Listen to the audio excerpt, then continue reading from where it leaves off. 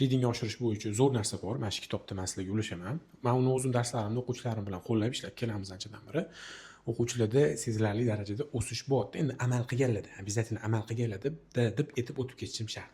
Sizlarga aytmoqchi bo'lgan kitobim mana shu Resource for Reading and Words deb nomlangan. Bekorga Reading and Words deyilmaydi, sababi kichkina paragrafchalar va so'zlar bor. Hozir uje to'liqroq qanaqa ishlashini ko'rsatib beraman. Kitob maksimal zo'r. Nimaga zo'rligini aytadigan bo'lsam, masalan, vazifa bajarishga paragraflar kichkina.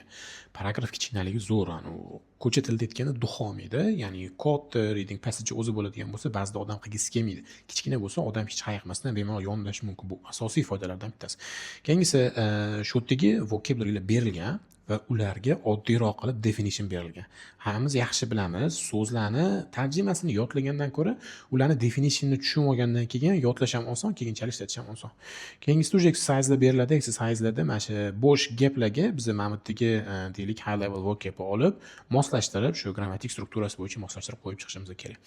Uchinchisi menga eng yoqadigani reading comprehension bo'ladi. Nimaga imenda multiple choice savol turlari boshqa savol turlariga qaraganda yaxshiroqligi sababi juda ham oddiy. Sababi ushbu savol turlarida kamdan kam holatda kandidatlar sinonimlar qidirish kerak.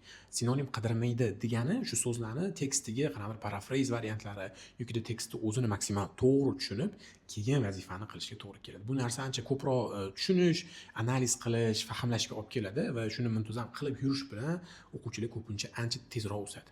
Va shu vazifalar hammasi mana shu kitobda borligi uchun bu kitobni albatta maslahat beraman. Kimga kerak bo'ladigan bo'lsa, shu kommentlarda PDF deb yozib ketsanglar, men o'zim shu kitobni PDF variantini tashlab berishim mumkin.